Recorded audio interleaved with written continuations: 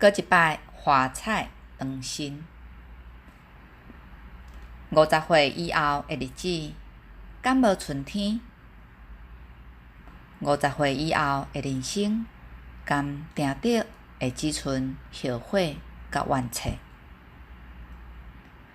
假使人生每一天拢是独一无二的，安尼50岁以后的青春，敢有可能过一摆创造累倒的生命？群算笑的生命蓝图，互家己袂记得原本的模样，袂记得为家己活，袂记得好好照顾家己。一路为着要做一个互人学乐的人，甲家己的声音放水流，为着要符合社会标准甲眼光，做甲所有的人同款的代志上妥当。哪会知年久月深，迄个所相信的稳当，煞互家己变做无主材的水漂，伫生命的溪流愈拍愈远。一个无张持，已经离家己哪来哪远。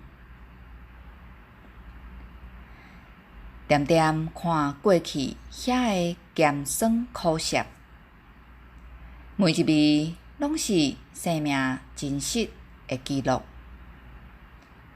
伫短暂的人生，毋管过程留住落来的是受气、伤心，也是怨恨，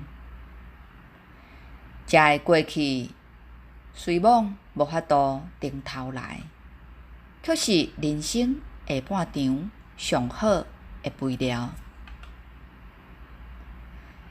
因端一个捌经历过痛的人，上知影安怎治疗空喙；捌食过苦的，搁较理解食苦当作食补的道理。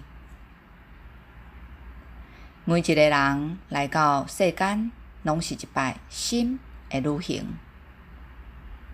这敢若有使用权的生命，行到半路后，会是啥款的风景？